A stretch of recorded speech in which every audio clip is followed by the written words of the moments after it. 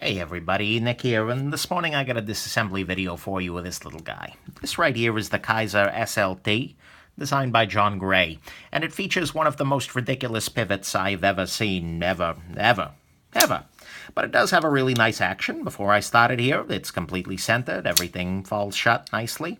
I've gotten permission from my buddies Frankie and Bud over at the Birdshot IV channel to take this guy down. And, yeah, so let's go ahead and do it. Some of you may be asking, well, what the heck tool do you need to use for this? Well, for that, you need a very expensive sort of custom tool.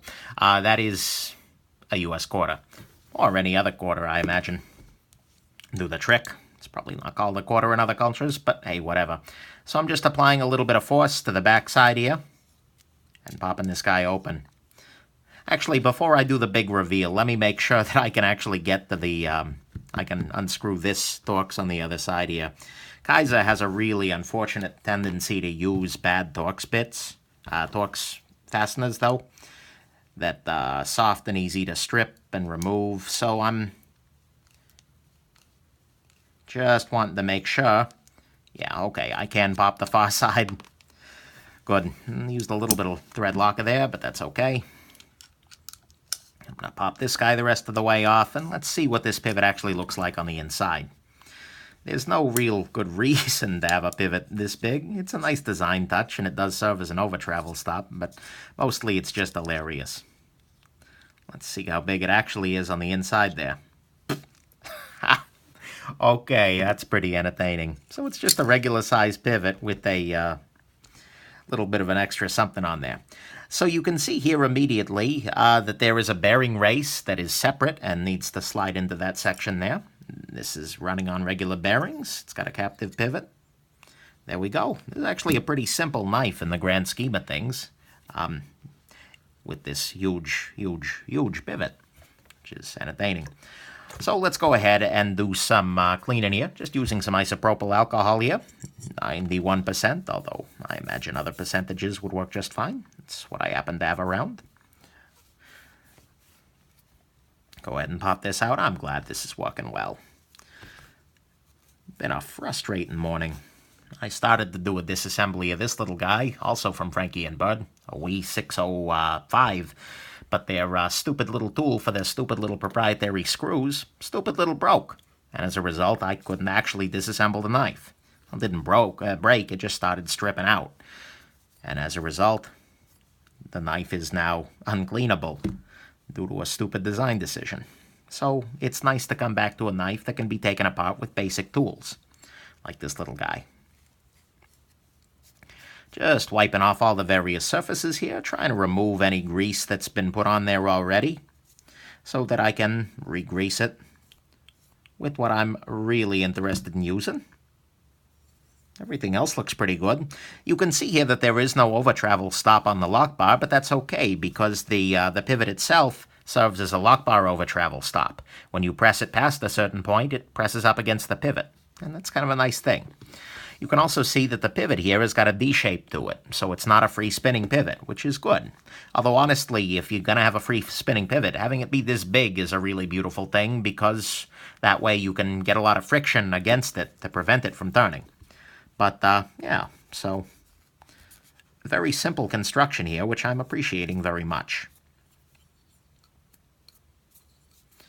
Nice and easy. And I never ever do nothing nice and easy. Some days it feels like.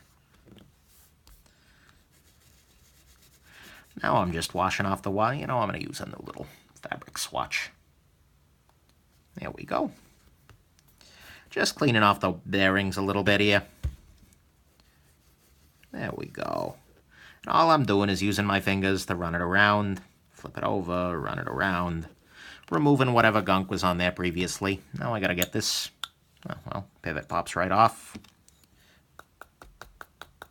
Come on.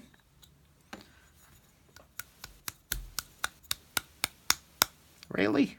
Are you gonna fight me? Okay. I'm gonna use this Q-tip. There we go. And I pop the bearing off the other side there. That's actually a pretty good sign that this needs some love, if it's stuck in there with old lube. Nothing good comes of old lube, I've found. and wipe this down while I'm at it, and wipe down this bearing race. Go ahead and just drop it back in there. Gonna be useful. Alrighty. Interesting machining pattern here on the back of this. Don't quite know how they got there, but why not? I'm sure it's just a leftover from the manufacturing. And go ahead and wipe off the pivot itself. Different machining pattern here. Oh, no, never mind. You can actually see that they milled off the D shape here post-hoc. You can see there's the... Oh, come on. Get this focused in. There we go. You can see there's a little line here where the mill came in to just go and knock the side of it off there. That's the sound it made. Little known fact. I have no idea what sound that mill would make. Could make a children's book. The mill goes whoop. No, I couldn't. Alrighty. And everything is now damn near clean. I'm going to just use this the Q-tip here and just put a little bit of booze on it. Oh, there. Or I'll just spray rubbing alcohol all over myself. It's a good approach. I don't have to drive, whatever.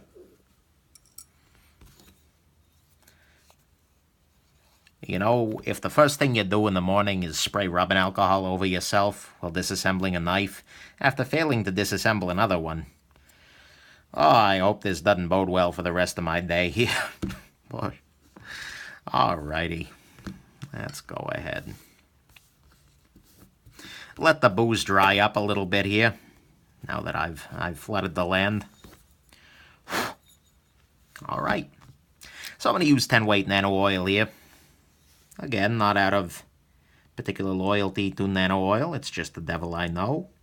And because it's a loner, and I like Frankie and Bud, even though they take every opportunity they can to get my blood pressure up, I want to make sure they're getting the best of what I got, rather than experimenting around. There we go. Actually, I did that backwards. No, actually, I did not do that backwards. Hey, excellent.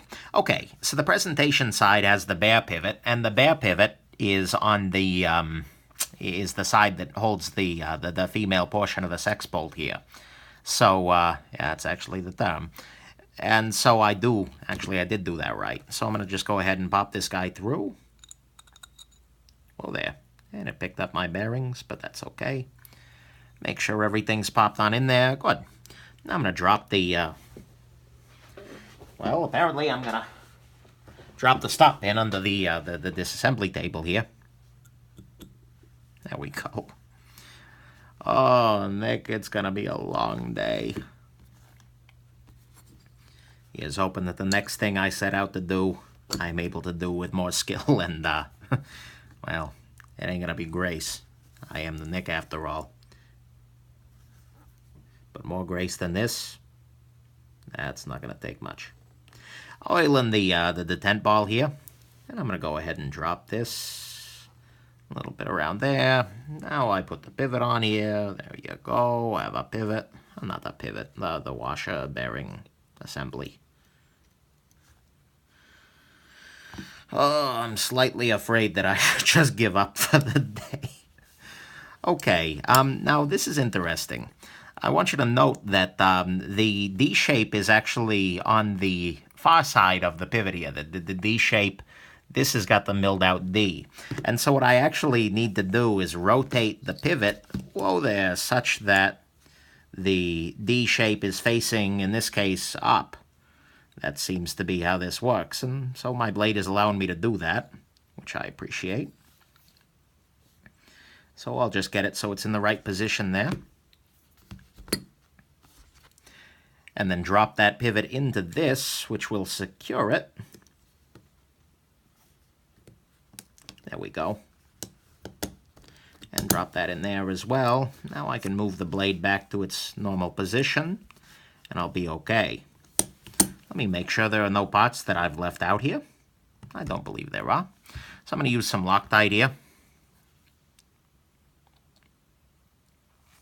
And I've just drilled a little tiny hole in the tip of this Loctite container so I can do this now. It was a little too much. Yeah. It's gonna be a long day, people. That's okay.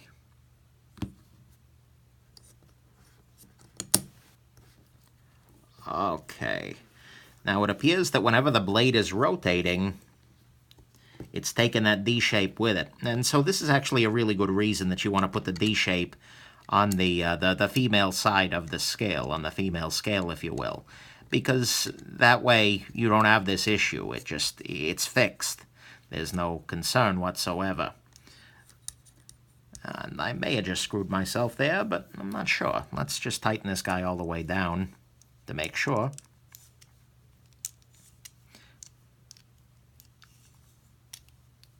Okay.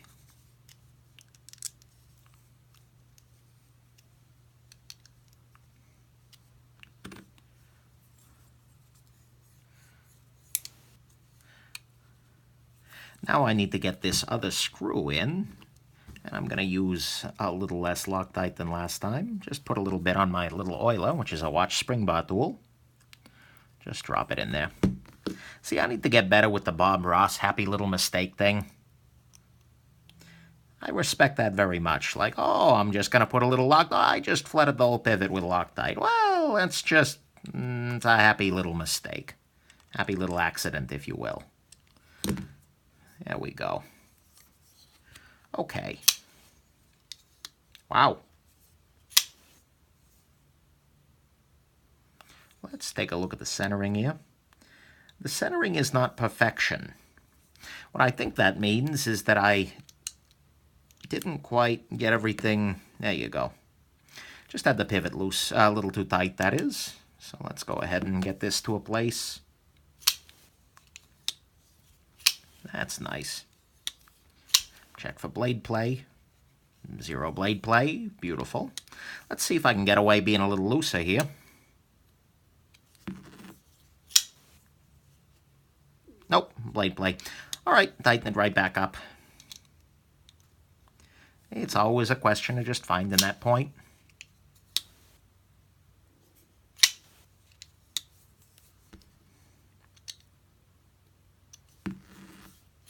There we go.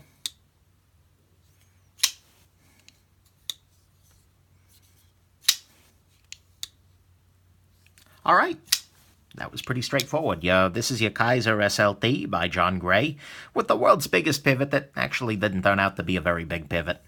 But it went together nicely, relatively simple design, but that's just a beautiful thing. I hope you guys enjoyed this, and I hope that the rest of your day goes a little bit smoother than the rest of mine is looking to. But regardless, hope you enjoyed, and have a good one. Bye now.